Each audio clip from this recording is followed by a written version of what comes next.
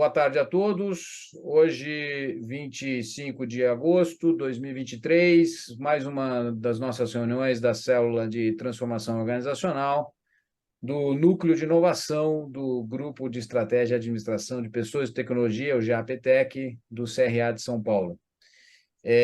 Hoje temos um tema bastante interessante.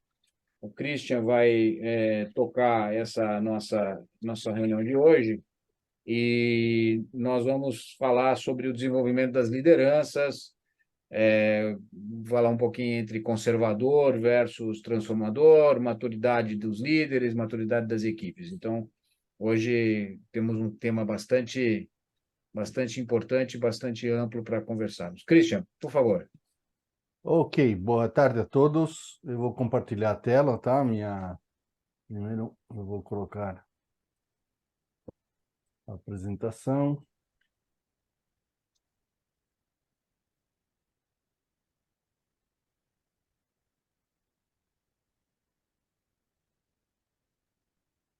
Eu vou compartilhar a tela, tá?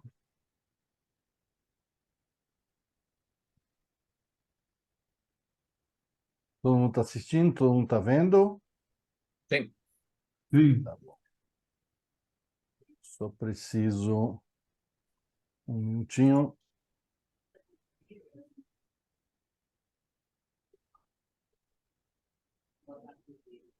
Ok.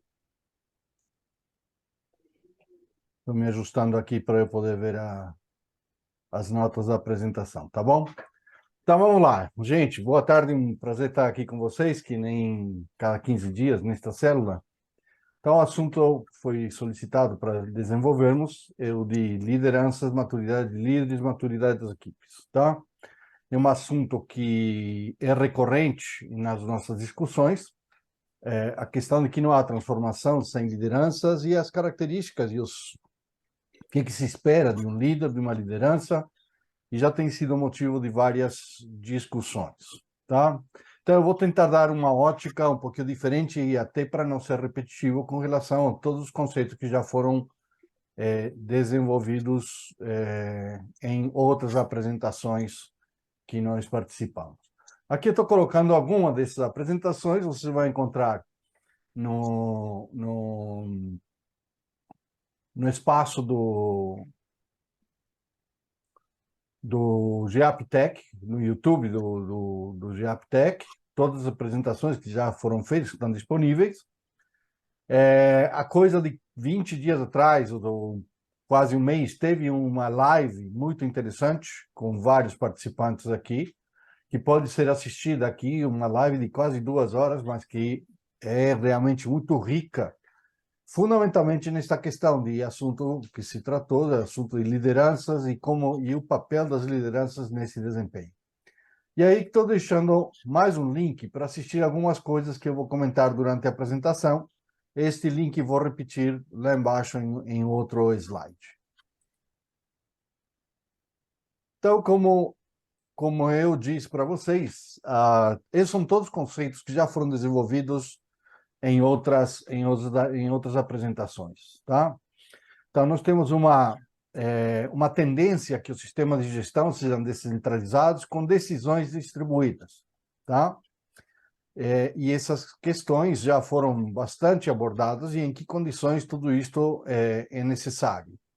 E isto é uma característica, e nós precisamos estar cientes porque estamos num mundo em transformação e a transformação das organizações precisa acontecer.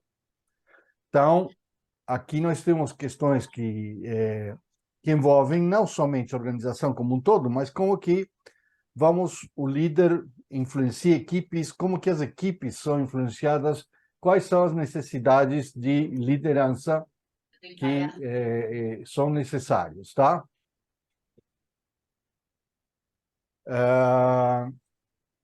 As mudanças são implementadas por pessoas, tá? Então, as empresas são administradas por pessoas, por equipes, e que precisam de líderes que lhes orientem sobre como poder funcionar melhor. E eu vou dar uma abordagem, então, sobre tudo isto um pouquinho diferente. Então, aproveitando, como vocês vão ver, algumas coisas alguns conceitos com os quais tomei contato recentemente, eu vou abordar como que funciona o nosso cérebro para que as pessoas possam liderar e como que os liderados são influenciados para poder aceitarem ser liderados e aí por diante, tá? Então, compreender como o nosso cérebro funciona é fundamental para entender o conceito de liderança e como que ele acontece, e isto influencia, como nós podemos ver, como nós vamos ver, todos os conceitos modernos sobre gestão de empresas, tá? Então, basicamente, como que a neurociência pode ajudar a gestão das organizações. E eu vou, basicamente, a apresentação está baseada neste curso que vocês estão vendo, que eu fiz lá pelo mês de maio, aproximadamente, e desde já recomendo a leitura ou compra, se puderem, deste livro, The Leader's Brain. Lamentavelmente está só em inglês, pode ser adquirido no Amazon e demais, tá? E basicamente é como que, usando a neurociência, podemos entregar melhores resultados nas organizações. Eu vou tentar focar tudo isto no assunto da liderança e na formação de equipes, mas eventualmente vai ter alguns impactos em outros assuntos que envolvem a gestão de empresas. Esses 3 livros são outros 3 livros que eu recomendo e que também serviram de base para fazer uma parte desta apresentação, tá? Então, também estou deixando aqui. Desculpe, estou colocando aqui meu relógio para me avisar mais ou menos o tempo. Então, recomendo também, na medida do possível, que possam fazer a leitura, tá? Eu acho que este The New Executive Brain, acho que tem uma versão em português. The Spike é um livrinho, não tem versão em português, e este tem versão em português. O interessante, entre este Em Busca da Memória e o Executive Brain, este foi escrito 10 anos atrás, 10 anos antes, desculpem, do que este daqui, que é um pouquinho mais moderno. E os dois abordam mais ou menos as mesmas coisas, só que mostram como em 10 anos evoluiu o conhecimento da neurociência para interpretar alguns desses conceitos. Então, achei extremamente interessante poder comparar os dois. E o The Spike é um livrinho que explica como que funciona um neurônio, como se transmitem as informações através dos neurônios e dentro do nosso cérebro. Vou começar falando um pouquinho sobre a fisiologia do cérebro, vou passar muito rápido para quem não está acostumado, quais são algumas questões, tá, básicas, tá? Córtex, os diferentes tipos o cérebro límbico, o cérebro reptiliano, os lóbulos, neurônios, como que funciona o neurônio, massa cinzenta, massa branca, como que estão constituídas cada uma delas, as ondas cerebrais, o que são ondas cerebrais. Vou falar um pouquinho de 3 neurotransmissores, a oxitocina, a dopamina, a noradrenalina, que tem muito a ver com o assunto que nos interessa, que tem a ver com lideranças, tá?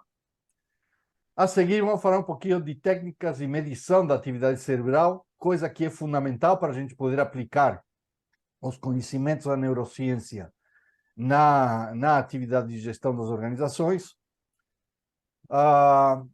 Entender como que a rede neural funciona como um cérebro social, influenciando os relacionamentos entre pessoas, aí é onde entra o papel da oxitocina, algumas outras questões que incentivam a melhoria de toda essa condição social, como que isto influencia a liderança e a formação de equipes, assim como a gestão da mudança, e entender o conceito de sincronia cerebral, que é uma coisa que parece tirada de um livro de ficção, mas que a neurociência está demonstrando que de fato existe.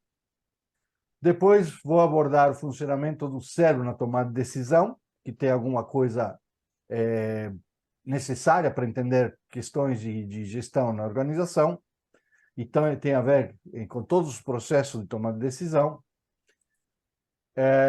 entender uma questão que é chave no processo de tomar de decisão é como que emoções e o risco na tomada de decisão, tudo isto tem a ver com como que o cérebro funciona e como que o cérebro nos cria algumas condições que nos enganam e pode enganar o nosso raciocínio e o nosso comportamento e as nossas atitudes.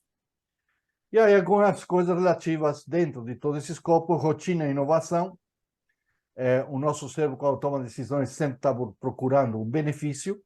Ele só toma a decisão e age, manda agir quando ele reconhece algum benefício. Alguma coisa interessante de desenvolvimento de marca, alguma coisa de aplicações que podem ser usadas pelos recursos humanos, cada vez mais vão ser usados pelos recursos humanos na contratação de pessoas, tudo isso ligado a aplicações da neurociência, tá? Para fechar com uma questão que é importante, que envolve, inclusive, questão que já foi discutida aqui, da inteligência artificial, sobre questões de ética ligadas a toda esta questão. Esta é a estrutura da apresentação. Então, vamos lá. Coisas que mais ou menos todo mundo sabe, tá? Basicamente, o cérebro, você tem todo um córtex, que é toda a parte externa do cérebro, que é a área, o cérebro, a massa cinzenta. Você tem uma série de outros órgãos aqui no meio, onde, para nossos efeitos, o que interessa, o mais importante é a amígdala.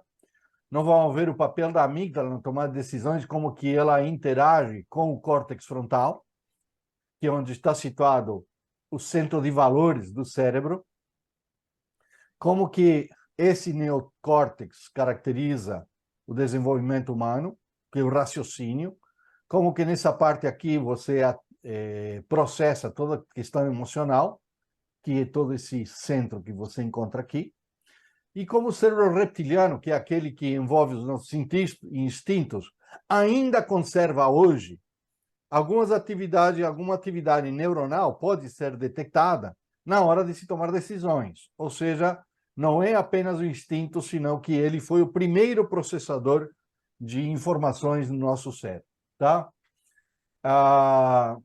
Alguma nomenclatura sobre os diferentes lóbulos que fazem parte do nosso cérebro. E aqui uma visão mais tradicional, que está sendo questionada hoje em dia sobre as funções que tem o lado direito e o lado esquerdo do cérebro.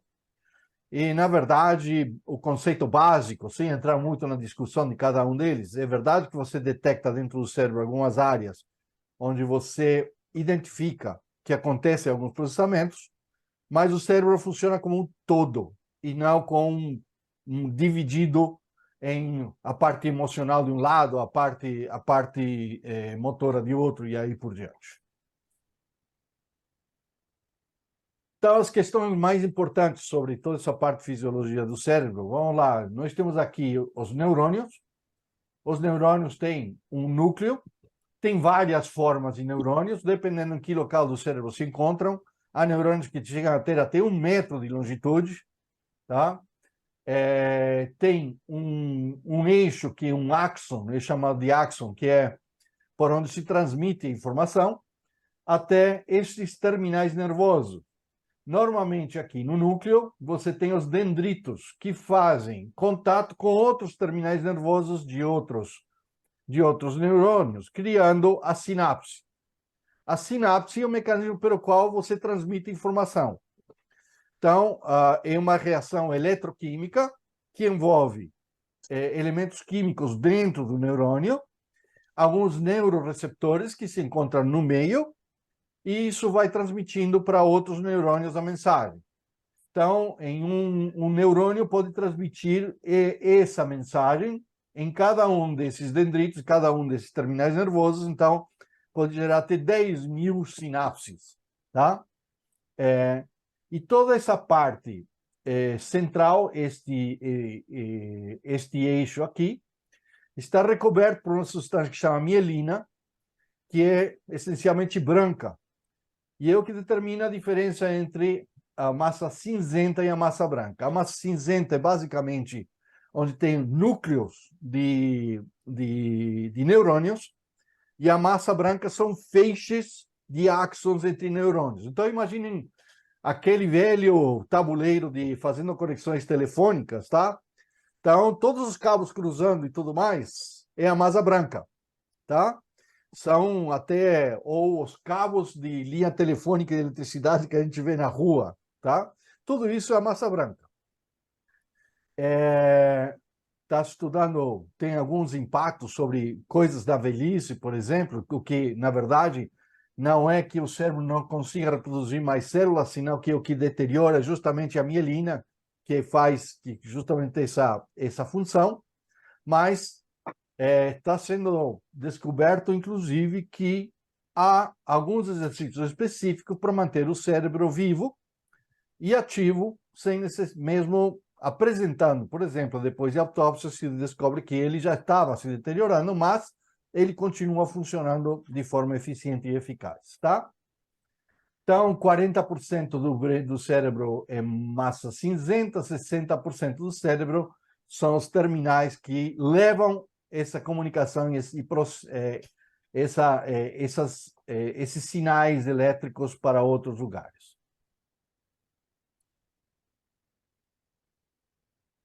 Algumas questões que não vou ler, evidentemente, tudo isso vai ficar para vocês. Aliás, eu vou compartilhar no nosso WhatsApp, logo assim que terminar a apresentação, esta apresentação já em formato PDF para vocês poderem acompanhar, ler e aí por diante, tá?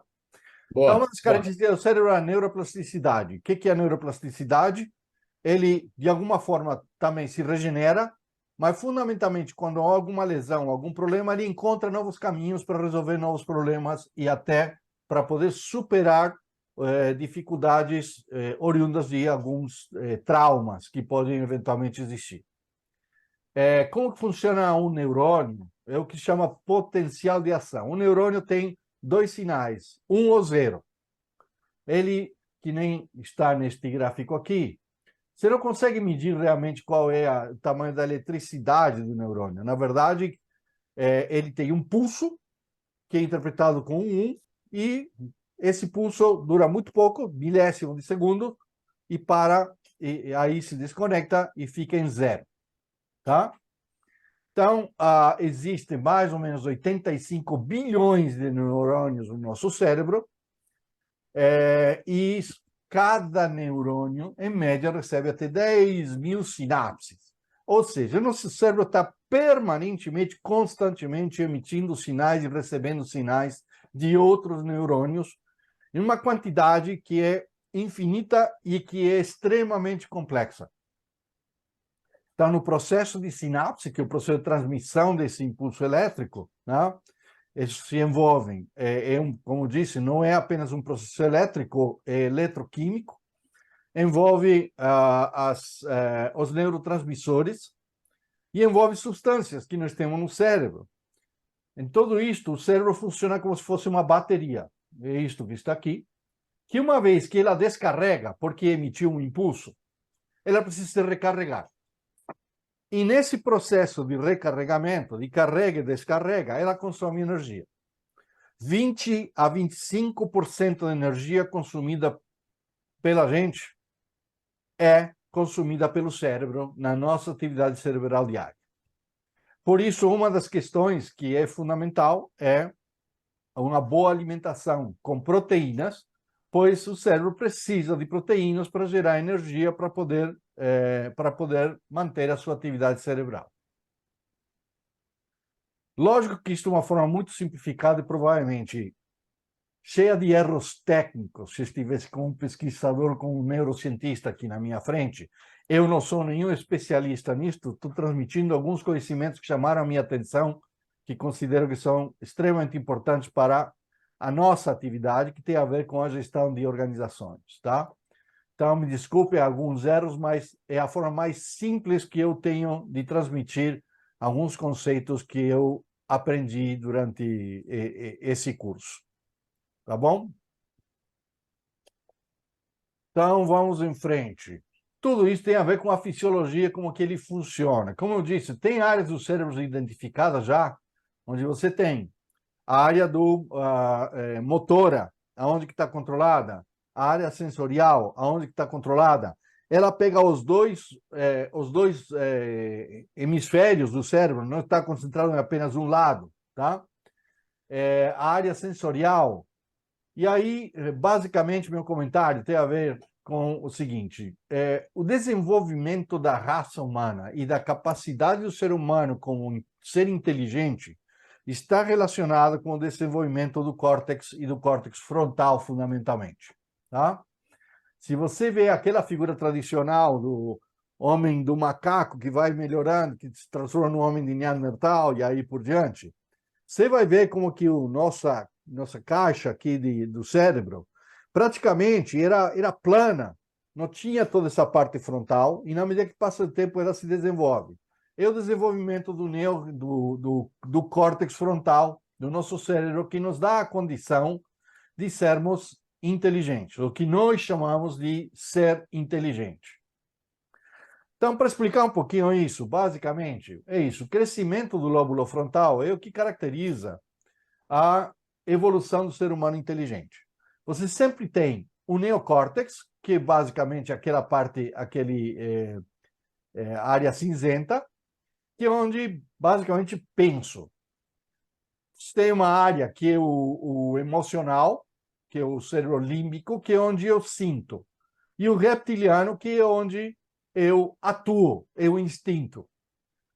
Qual a diferença entre nós e os animais? Está basicamente no aparecimento e na interpretação do não. Por isso é tão importante para a criança entender na educação da criança, o não é apenas um castigo, o não é um aprendizado. Você ensina a criança a pensar através do não. Porque o não impõe ao nosso cérebro a necessidade de, dado um impulso, ver se ele vai transformar esse impulso em ação ou vai encontrar uma outra alternativa antes de transformar isso em uma ação. Ou seja, dá a capacidade de agir ou não agir. E isso que caracteriza o nosso cérebro inteligente. Então, com relação a toda essa parte fisiológica, eu vou parar por aqui, porque é como que o nosso cérebro funciona, tá? Basicamente, o nosso cérebro funciona que nem funciona o transistor, o neurônio, como se fosse um transistor. Na verdade, quando os computadores começaram a ser desenvolvidos lá no início do século XX, o modelo que foi usado foi um modelo com o pouco que se conhecia até então sobre como que funcionava o cérebro, tá?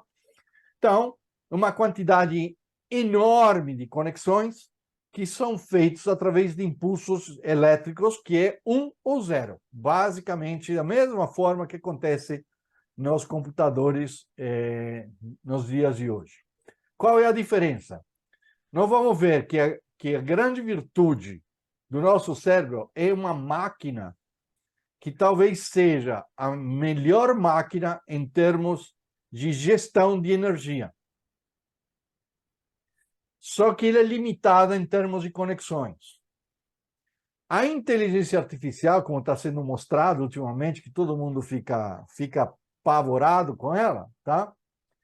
Ela tem desvantagem com relação ao nosso cérebro, que ela consome muito mais energia do que o nosso cérebro para fazer a mesma coisa. Entretanto, a vantagem que existe é que ela pode ter uma quantidade de conexões muito maior do que o nosso cérebro é capaz de fazer. Isto é o que torna a inteligência artificial alguma coisa nova em termos de como que nós vemos este negócio de inteligência artificial, tá? Então, todo o conhecimento da neurociência que vem crescendo se deu porque apareceram novos métodos de medição de atividade cerebral. Começou com as máquinas de tomografia, ressonância magnética, emissão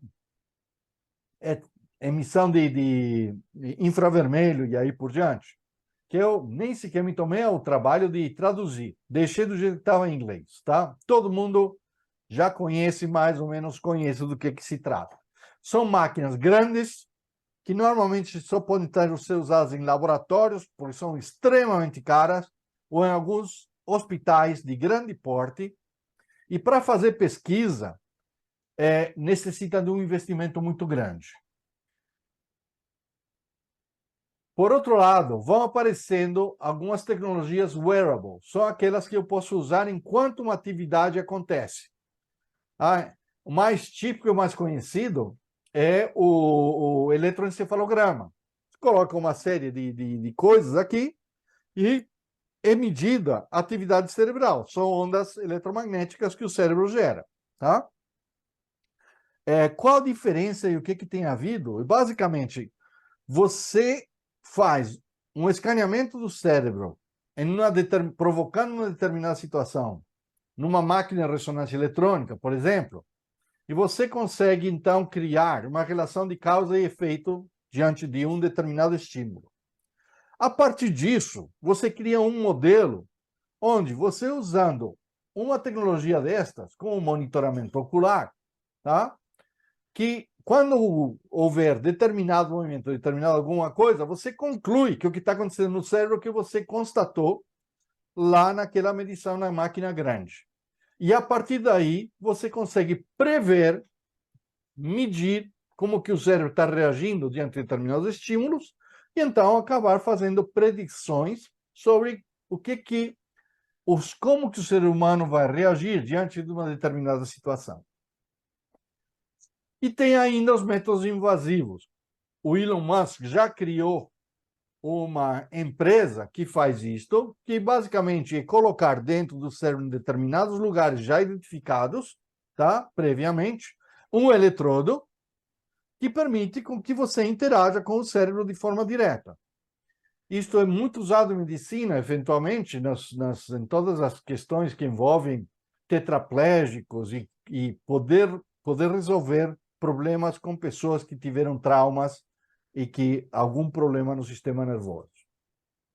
Então, o aparecimento destas tecnologias está transformando o conhecimento da neurociência, por um lado, e, por outro lado, a gestão, porque começamos a ter mecanismos de poder medir a atividade cerebral das pessoas enquanto elas executam o seu trabalho.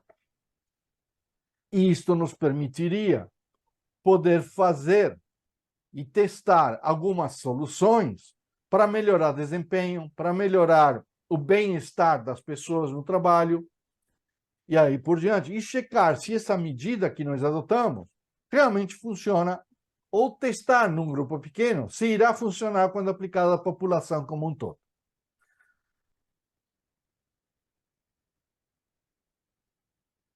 Então, basicamente, isto são as grandes máquinas onde podemos fazer as primeiras medições.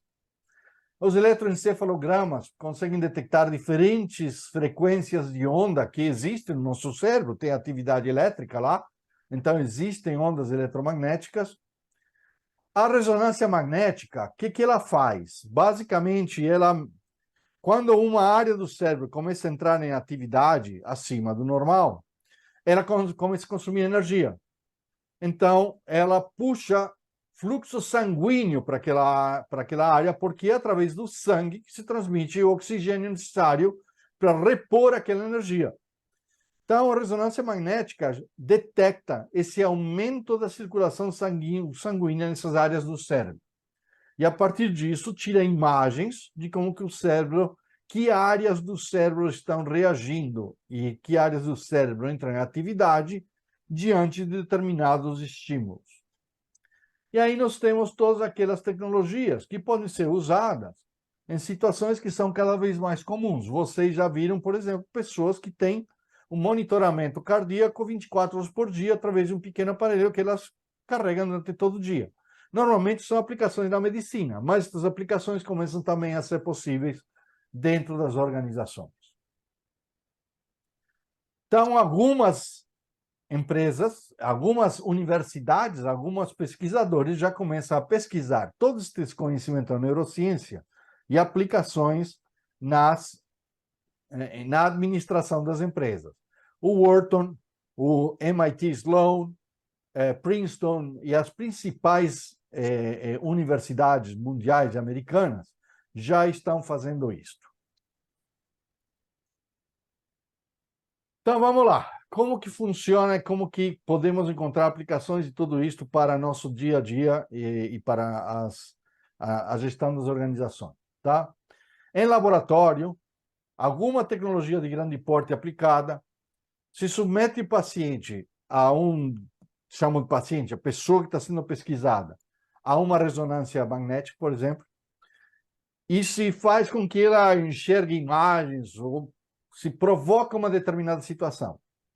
Com isto, se mapeia como que isto é feito, e então se cria e se desenvolve um modelo que permite correlacionar resultados obtidos através de uma tecnologia menos precisa, mas que tenha mais mobilidade, ou seja, no dia a dia. Aí você faz uma avaliação e isto permite tentar antecipar comportamentos fora do laboratório. Este é o processo básico que está sendo usado nos dias de hoje para testar estas coisas, tá? Então, algumas questões que já vou me antecipar. Por exemplo, as empresas, o marketing sempre usou esse tipo de coisas e conhecimentos de neurociência, tá? Todo o estudo de como a pessoa reage diante de uma prateleira no supermercado, toda grande empresa varejista já sabe como que acontece, tá? Hoje só tem confirmação dessas coisas um pouco melhor de realmente qual é o mecanismo dentro do cérebro, porque dá para medir. Mas no marketing, estas questões já eram usadas. Meu ponto e o ponto que eu vou fazer daqui para frente é como que eu posso usar estes conhecimentos para poder desenvolver líderes. Como que eu posso usar estes conhecimentos para poder fazer uma melhor seleção e recrutamento de pessoas? Como que eu posso usar este conhecimento para determinar quando uma pessoa está pronta para enfrentar e tentar encontrar uma solução de um problema novo e quando que ela está pronta ou predisposta para fazer de forma mais eficiente a sua rotina? De que formas, existem algumas formas que possam estimular uma atitude ou outra? Nós temos uma discussão muito grande hoje em dia sobre o trabalho em casa, ou voltar ao trabalho no local de trabalho. E não vamos ver como que o cérebro social influencia esse desempenho das pessoas dentro da organização.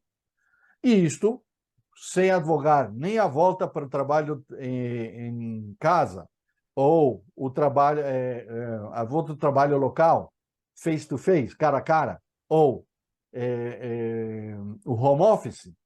Mas a questão é que, neste ambiente que nós estamos, por exemplo, vocês não conseguem me ver, vocês não conseguem interagir. E isso tem um efeito dentro do nosso cérebro. E agora nós vamos passar a ver sobre isso daqui, tá? Muito bem. Algumas áreas onde isto em todos os conhecimentos podem ser aplicados. Toma de decisão gerencial, além das que já são conhecidas com relação com toma de decisão do consumidor. Na gestão da mudança, na gestão da rotina, criatividade e inovação, processo de seleção de colaboradores, avaliação de desempenho, gestão do local do trabalho. Não é por acaso, por exemplo, Google, que temos sala de jogos e tudo mais. Gente, hoje está claro de por que eu preciso, como que isto auxilia uma pessoa a ser mais inovadora. Gestão de equipes, gestão de avaliação de marca, clima organizacional e liderança. Qual é a grande diferença com relação ao passado? Não é apenas aprender a teoria. A questão é que eu posso medir hoje. Qual o impacto de uma medida que eu vou tomar em cima da percepção de liderança que alguém tem sobre alguma pessoa? Hoje eu posso medir isto de forma antecipada. Vou dar alguns exemplos, tá? Foi feito um teste com um grupo de pessoas testando a marca a lealdade que a marca iPhone gera com relação à lealdade que a marca Samsung gera. foi feita uma amostragem com algumas pessoas e foi medido a relação diante de uma determinada quantidade de perguntas ou situações. O que se descobriu? Se descobriu que o usuário do iPhone é um cara que não troca o iPhone, realmente leal. A grande maioria, tá? Estou generalizando. Grande maioria. Eles defendem a marca. O usuário do Samsung, em linhas gerais, é anti-iPhone. Mas ele não é necessariamente leal à marca Samsung. Ele critica toda e qualquer coisa que se fale do iPhone. E se ele tiver uma alternativa que considera um pouco melhor de uma marca concorrente da Samsung, que não seja iPhone, ele é capaz de ir também. Então, isto tem impacto na forma em que a gente faz gestão de marca. Isto foi para detectar uma marca que já está desenvolvida. Mas se eu estou desenvolvendo uma marca, eu posso encontrar métodos para verificar em pequenas amostras se as ações que eu estou tomando realmente estão gerando o tipo de sentimento que eu quero que as pessoas tenham com relação a essa marca. A Mars, que é uma das maiores empresas de alimentos dos Estados Unidos, no departamento de marketing hoje, eles não lançam uma campanha publicitária sem fazer testes com neurociência, fazendo medições de impacto quando se submetem as pessoas a uma propaganda, a uma situação, uma condição, para ver qual vai ser a reação dela. Um teste muito bom que foi feito e é válido para os Estados Unidos dentro daquele espaço, dentro daquela cultura. Tem um aplicativo que lança músicas desconhecidas, músicas novas, fazendo medições com eletroencefalograma e com eye tracking e coisas do tipo. É possível, em um grupo de 100 pessoas, por exemplo, é possível saber quais serão as músicas que estarão no topo do Billboard entre as 10 mais ouvidas daqui a 6 meses. Então, você tem como se antecipar na tomada de decisão usando esse tipo de métodos. Vá em frente. Então, existe dentro do nosso cérebro uma coisa que chama uma rede de cérebro social.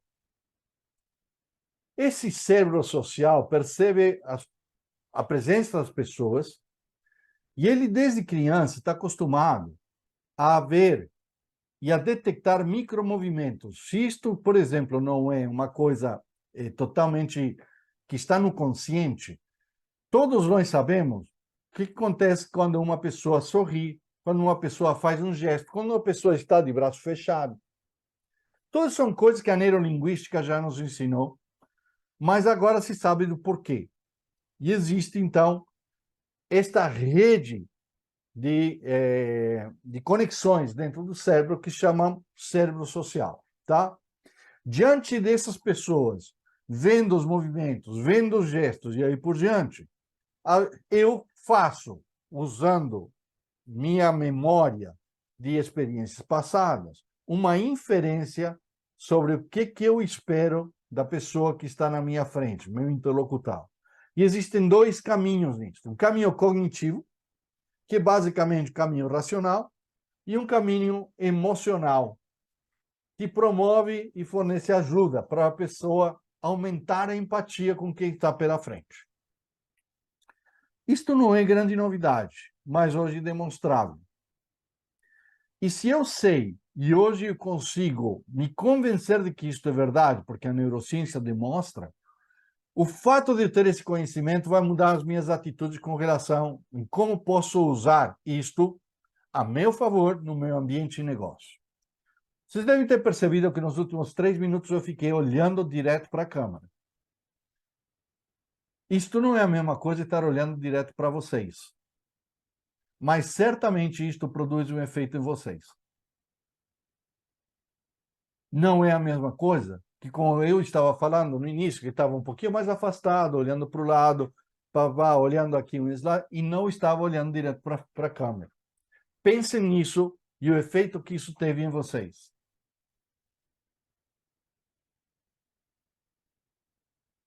Então, a chave da gestão de uma organização de sucesso está nos relacionamentos. Isto, mais uma vez, tem sido tema recorrente dentro das nossas conversas. Os relacionamentos são impulsionados pelo cérebro social. A rede social do cérebro gerencia nossas conexões com outras pessoas. A neurociência nos auxilia na compreensão e a promover melhores relacionamentos profissionais e pessoal, e a desenvolver a capacidade dos funcionários se comunicarem de forma eficaz. A oxitocina é um hormônio que aparece quando começa a haver esse tipo de relacionamento pessoal e estimula o relacionamento. Então, a questão é, existem mecanismos que façam aumentar meu nível de oxitocina diante de quando eu tenho que trabalhar em equipe? Que é quando eu preciso mais de gerar esse tipo de relacionamento? Necessariamente, nós vimos na palestra, como mostrei no primeiro slide, que liderança tem a ver com confiança. Não sou eu que disse, vocês discutiram isso na live, coisa de um mês atrás. Liderança se resume a gerar confiança nos liderados. Os liderados, como que eu consigo? É evidente que quando o liderado se encontra diante de uma situação que precisa do líder, quando o líder aparece, o nível de oxitocina, tanto do líder quanto do liderado, aumenta. E isso gera uma melhoria nesse relacionamento e nessa confiança. Como mencionei, consumo de proteínas também é necessário, porque o cérebro, quando entra nesse tipo de coisa, entra em qualquer tipo de atividade, quando a atividade cerebral aumenta, ele consome energia. Quem gera energia para eles, para o cérebro, ele tem que repor energia. E a reposição de energia se faz através de proteínas. Por isso, a recomendação de que você tenha um café da manhã, quando você vai começar teu dia, com proteínas e não com carboidratos. Desse tipo de coisa, pequenas coisas que facilitam a gestão nas organizações e o relacionamento de pessoas nas organizações, está uma quantidade enorme de situações e condições que nós podemos criar para melhorar a gestão das organizações e melhorar a liderança. A questão de liderança, que é o assunto de hoje nosso, é uma coisa que é estimulada pelo nosso cérebro social, pelas redes neurais do nosso cérebro social. E nós precisamos compreender isso.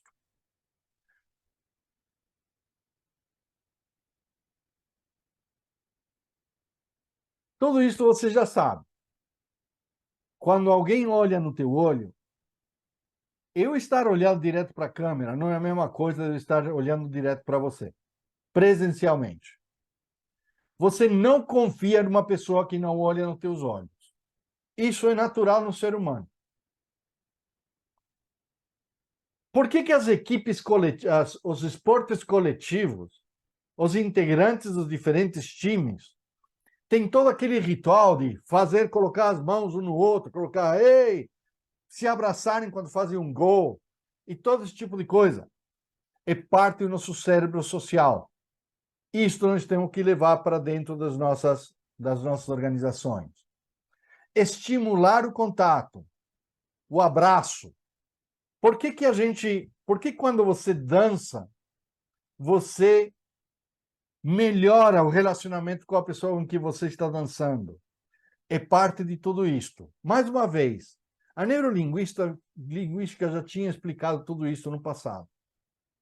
Só que agora temos evidências maiores e mais uma coisa. Eu posso medir se uma determinada atitude que eu estou tomando realmente tem o efeito que eu estou esperando dentro da minha organização.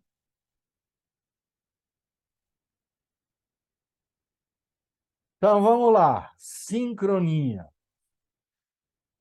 Por favor, alguém pode responder aí? Quem é que, levante a mão, quem acha que os nossos cérebros têm condição de entrar em sincronia?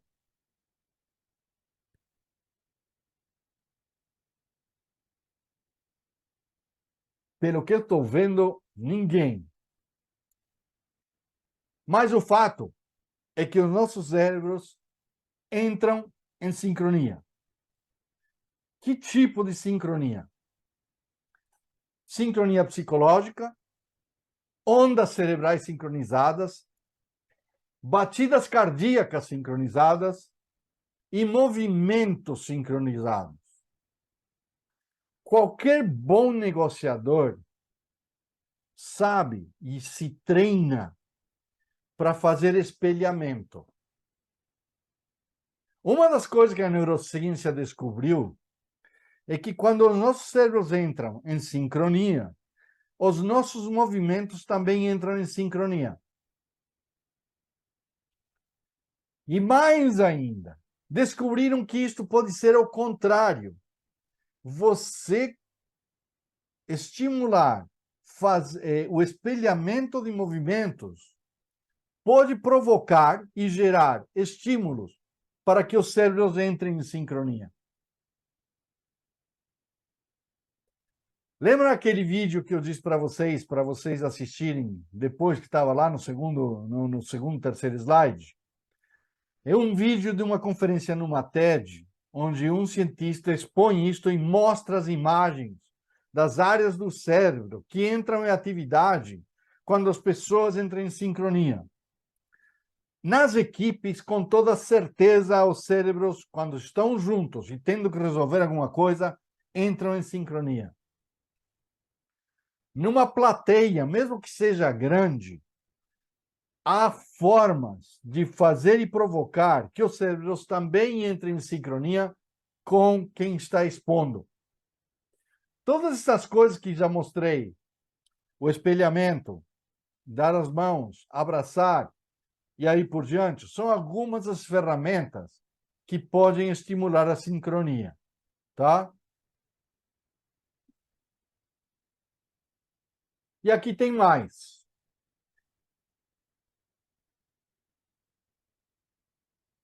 Aqui está o link, tá? De novo, para vocês assistirem o TED. O que apareceu de novo aí? O storytelling. Contar uma historinha auxilia a entrar em sincronia. Então, um bom líder, mesmo que não saiba por quê, quando está com a equipe, ele está criando sincronia. Os líderes e os liderados entram em sincronia. E há mecanismos que te auxiliam a treinar o cérebro e que auxiliam a que essa sincronia apareça.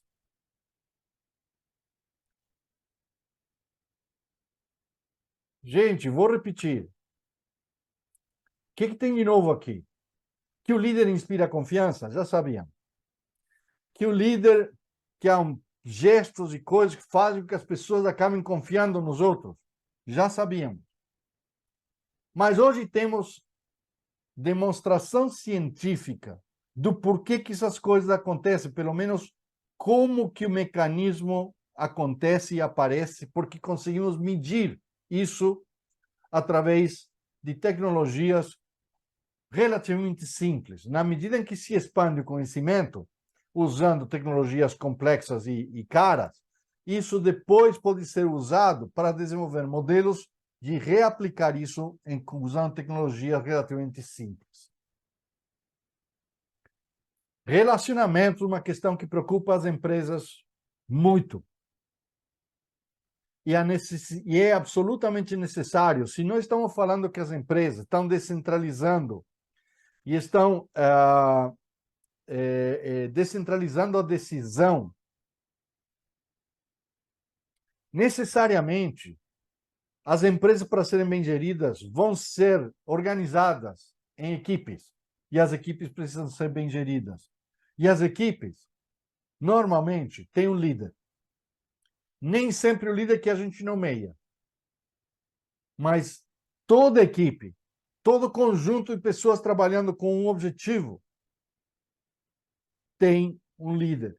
E esse líder, se ele está ciente de que ele faz, que faz com que as pessoas ganhem confiança nele, ele tem mecanismos agora para poder realizar isso e tornar isso uma realidade. Então, aprender mais sobre essa rede do nosso cérebro social é fundamental.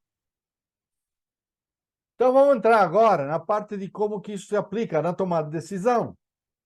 Tudo o que nós já falamos de gestão de equipes e demais tem a ver com tomar decisão. Então, aqui à esquerda, no slide, nós temos como que um cérebro toma decisões. Na verdade, ele reúne informações do ambiente através dos sentidos e aí por diante.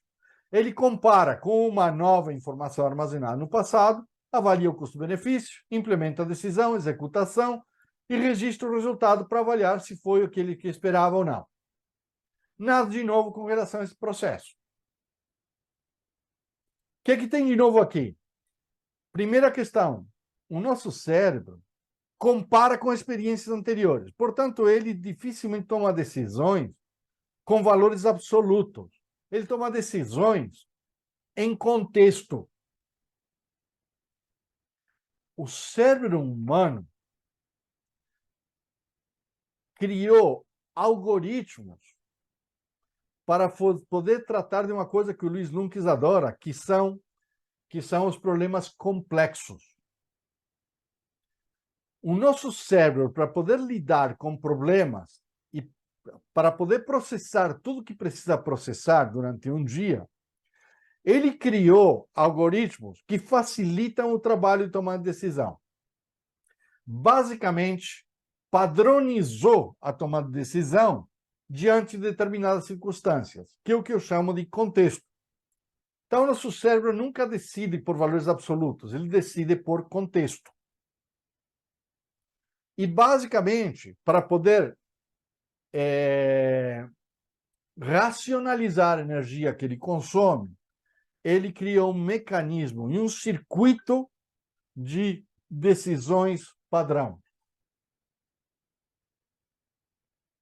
que é o modelo de Daniel Kahneman. E existe um circuito diferente, que é mais lento e toma mais tempo, que é quando a pessoa se defronta de problemas novos, situações novas, que não estão contextualizados no passado de quem toma a decisão. O cérebro tem a capacidade, alguns comentários sobre isso. Primeiro, um exemplo disto. Há um teste que vocês já devem ter visto, se não, procurem. Você tem uma bola. De um lado você tem ela toda circundada por bolinhas pequenas. E do outro lado você tem toda circundada por bolinhas grandes. Quando te pedem para você dizer qual das duas bolas centrais é maior, você vai dizer que a bola que está circunscrita por bolas maiores é maior. E a outra é menor. Quando as duas bolas centrais são iguais, têm o mesmo tamanho. Isto mostra que nosso cérebro toma decisões e faz a percepção do que acontece em contexto. Que isto é uma coisa excelente para poupar energia e para poder ser mais eficiente, ninguém duvida, e é por isso que o cérebro se desenvolveu dessa forma. Entretanto, isto cria vieses. E eu vou falar desses vieses, alguns mais comuns, daqui a pouquinho. A questão é que esses vieses não são necessariamente permanentes. Esses vieses, se eu conheço e identifico que eu tenho um viés diante de uma determinada situação, eu posso me treinar para poder superar esse viés. Já vou falar nisso, já volto para isso. O segundo circuito é o circuito da inovação. Ele é mais demorado porque ele tem que procurar informações novas e fazer mais processamentos, porque não tem contexto para ele. Tá? O primeiro circuito, ele é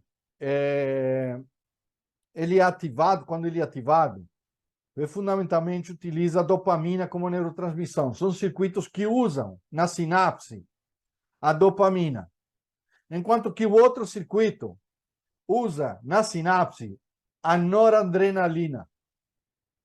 Por que isso é importante?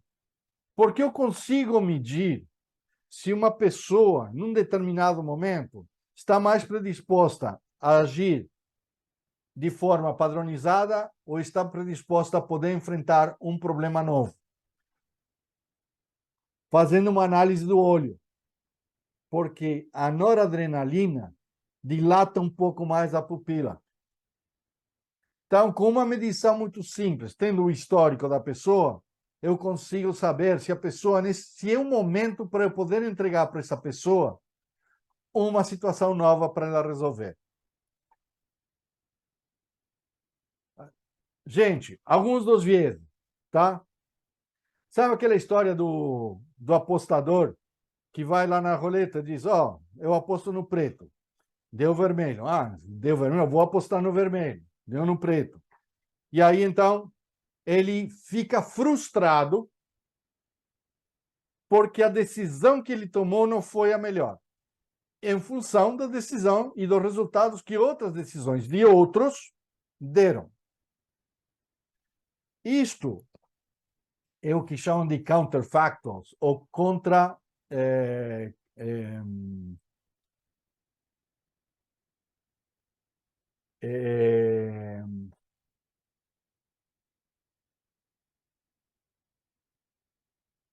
contra-intuição, tá? Para, por exemplo, o operador de bolsa, o corretor de bolsa, é um cara que tem que se treinar para entrar nisso. Porque ele tem que, na bolsa, tem dia que sobe, tem dia que desce e tudo mais. Se ele for atrás de todas as descidas e subidas, ele provavelmente vai perder dinheiro. Ele tem que se treinar para analisar o resultado que uma determinada ação vai dar no longo prazo e evitar cair nessa armadilha. Tá?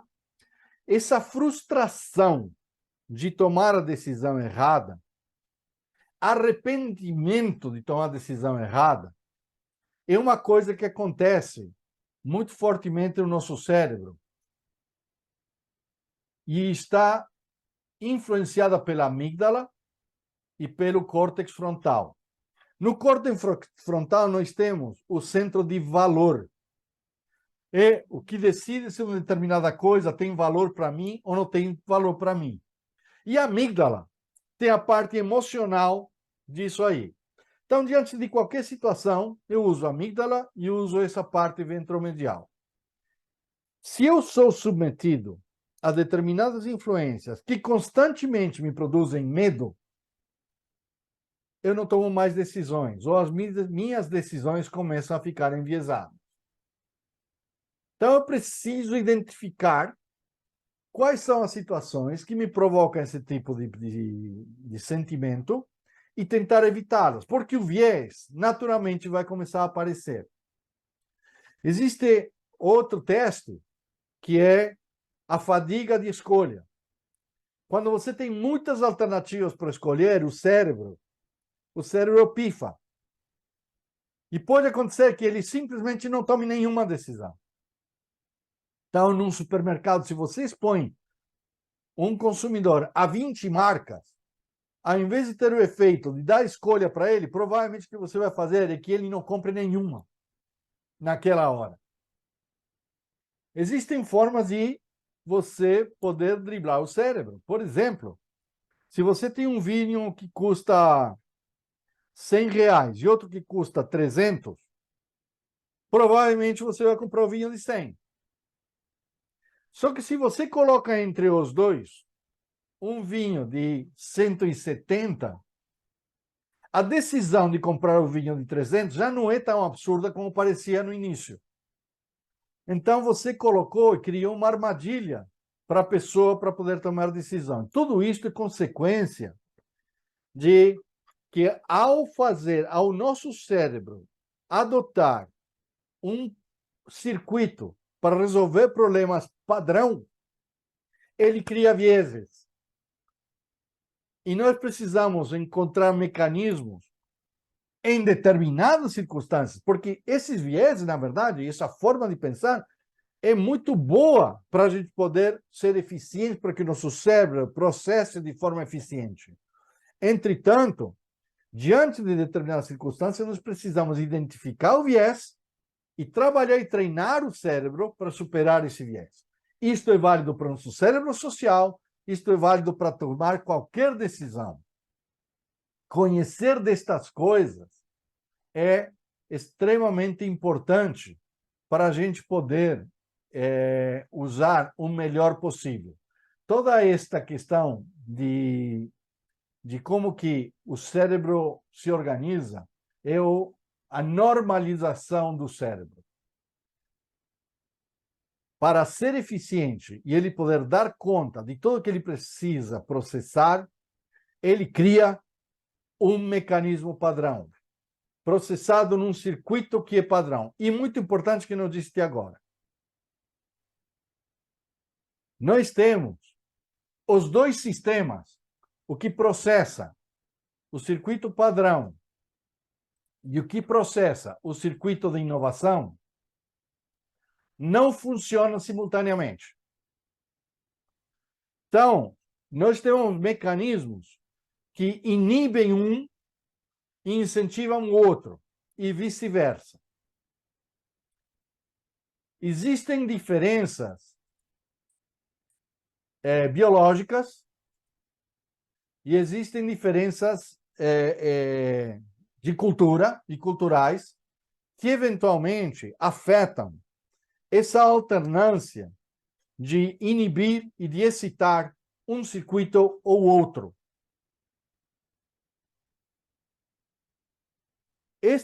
E essa capacidade de inibir ou excitar um circuito ou outro também pode ser treinada, pode ser melhorado por meio de treinamento. Mas se descobre que algumas doenças, e algumas delas são do nosso mundo moderno, têm origem nessa capacidade ou incapacidade de excitar ou inibir estes dois circuitos. O TDAH, que é a síndrome de deficiência de atenção, o autismo, a esquizofrenia, a síndrome Simon-Guillain-Barré, não pronunciei direito, mas enfim, e algumas outras doenças têm origem nisto daqui. O Steve Jobs, que nunca conseguiu se formar na universidade, tinha TDAH. Como você trata o TDAH nesses casos? Você suministra Ritalina. Ritalina é dopamina. A dopamina, nesses casos, tem muita gente, aqui estou adiantando o resultado de algumas experiências que foram feitas, as pessoas que foram detectadas com TDAH de adulto, colocaram sob controle isso com Ritalina. O que ele relata? Melhorou a organização, melhorou o foco deles, mas eles perderam criatividade. Então, mais uma vez, nem 8 nem 80, certo? O ponto é que há mecanismos no nosso cérebro que precisamos conhecer para a gente poder usufruir deles da melhor maneira possível, de forma racional e de forma controlada por nós mesmos. Nós podemos treinar o nosso cérebro e nós podemos estimular os nossos cérebros para nos tornarmos melhores líderes, para nos termos melhores relacionamentos e entender que a empresa, que é feita de pessoas e de relacionamentos, exige que quem comanda a empresa entenda estas questões, que não é apenas uma questão de psicologia, é uma questão de que a psicologia está induzida pela forma em que o cérebro funciona. Se tivesse o Gustavo aqui, provavelmente já teria coisa para comentar sobre essa barbaridade que eventualmente acabei de dizer, mas eu tentei mais uma vez falar de uma forma muito simples, uma coisa que é muito complexa, tá? Então, com isto e para finalizar, surge um problema. Acabamos de ver que tem formas de eu conseguir fazer previsões sobre como será o comportamento de pessoas e tudo mais. E ao conhecer e ao encontrar os mecanismos que me permitem fazer previsões, eu posso ficar tentado a fazer uma influência em cima das pessoas para que elas mudem seu comportamento e façam o que eu quero e não o que elas querem. Ou seja, eu posso usar para manipular pessoas. Isto é uma coisa que sempre que está aparecendo e que isto é uma coisa que eu sempre critiquei da área de marketing. Porque, como eu disse, boa parte destas questões da neurociência já eram conhecidas pela área de marketing. Então, uma coisa é você conseguir prever como que o consumidor vai se comportar dentro de uma situação, e outra coisa é manipular um consumidor. Onde está a ética disso? Onde está o equilíbrio? Aonde que você encontra esse equilíbrio? Então, nós chegamos num ponto que, na medida em que a gente começa a ter conhecimento e noção de como que o cérebro atua e como que nós podemos influenciar pessoas, tudo isto pode ser usado pelo bem ou pelo mal. Qualquer avanço científico vai chegar numa ponta dessa, ou seja, o culpado não é a ciência. A ciência desenvolve e revela o fenômeno. Como que nós vamos usar ele? Depende dos nossos valores, depende do nosso comportamento, depende de uma valorização, de uma valoração que nós fazemos e que o nosso cérebro faz naquela parte do córtex frontal, tá? Sobre se está certo, se está errado, se me traz algum benefício ou se não me traz algum benefício e dentro de que limites ele me traz. Ou seja, há uma diferença muito grande entre prever comportamentos e induzir comportamentos. Este artigo que vocês estão vendo aí, que eu já compartilhei com vocês, coisa de 10 dias atrás, é um artigo da Wharton, onde a questão, os neurocientistas da Wharton se discutem com pessoas da área de inteligência artificial dentro do Wharton sobre estas questões e os limites da inteligência artificial e da neurociência nas suas aplicações na gestão e no comportamento humano. Com isto, termino a minha apresentação. Apesar de que eu fugi um pouquinho do assunto, me pareceu que era extremamente útil. Teria gostado de poder desenvolver isto com mais tranquilidade, com um pouquinho mais de profundidade, mas me parece que é suficiente, que tem sido suficiente para levantar a curiosidade, pelo menos, de qualquer um que esteja ouvindo e assistindo a apresentação. Ok? Muito bem, muito bem. É uma apresentação que precisaria ser feita com mais detalhes, né, com um tempo maior. Eu acho que tem muitas coisas para serem faladas, ouvidas e pensadas, né? Nesse 1 hora e pouco, é muito difícil a gente conseguir digerir todas as informações. Você mesmo disse que fez um curso de muitos meses aí, né? Várias O aulas, meu curso foi de 6 semanas, cara, mas 6 semanas. foram 6 semanas intensas, cara. Então já é bastante mesmo. Professor Marcos, quer falar alguma coisa? Por favor, você está sem microfone.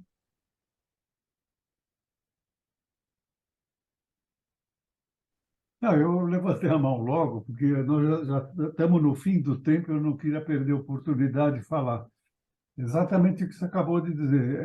Essa apresentação foi muito rica, muito boa. Eu acho que merece mais tempo. O tempo nosso já está no fim, não vai dar tempo da gente fazer debate. A minha sugestão é que já na próxima reunião, ou numa próxima reunião não muito longe, a gente faça uma continuação dessa para que cada um possa fazer os seus comentários, as suas perguntas, e a gente, do debate, e dar oportunidade para o Christian enriquecer ainda mais o que já falou, né? Com certeza. Com Eu certeza. já A gente posso chegou. adiantar que É, se tiver, eu gostaria de discutir um livro que eu gostei muito, que eu lembrei desse livro assim que começou a falar, que é O Erro de Descartes. Mas isso, eu gostaria de conversar sobre isso numa próxima reunião com calma. O tempo nosso já está no finzinho. muito bem. Acho que a gente tem muito aí pela frente. Christian, muito obrigado por ter trazido E esse. parabéns ao Christian. Parabéns, a sua apresentação. Muito obrigado mesmo. E vamos combinar um jeito da gente fazer um aprofundamento maior nesse tema, porque vai ficar aquele gostinho de, puxa, podíamos ter desenvolvido mais, com mais calma e mais discussão e mais interação. Acho que é isso. Você vai postar lá no grupo também? Aliás, o Luiz acabou de me colocar que ele entrou atrasado, então não viu os primeiros slides. Então, sim, está lá. O Luiz queria saber qual era o curso, está lá explicado qual é o curso, tá? Mas eu vou já colocar os slides para vocês em PDF no grupo do WhatsApp, tá bom? François, Rogério, meu intuito foi despertar curiosidade. Como disse, tem um monte de erro técnico e lógico, provavelmente, dentro de boa parte dos conceitos que eu joguei aqui em cima da mesa. Precisa de muito estudo, então, são muitos conceitos em que você precisa ler, reler, até você absorver. E o intuito, de novo, é só criar curiosidade. Eu acho que seria muito rico a gente poder, depois de uma apresentação dessa, poder trazer gente para debater alguns dos conceitos que estão aqui. E convidar algum neurocientista que traga e que coloque seus pontos de vista. Entre os neurocientistas, há divergências ainda com relação a algumas dessas coisas. Ok? Mas o importante saber é as escolas de administração estão incluindo nos seus currículos e estão financiando pesquisas em neurociência para aplicar na gestão das organizações. Tá? Então, isso é chave de entender.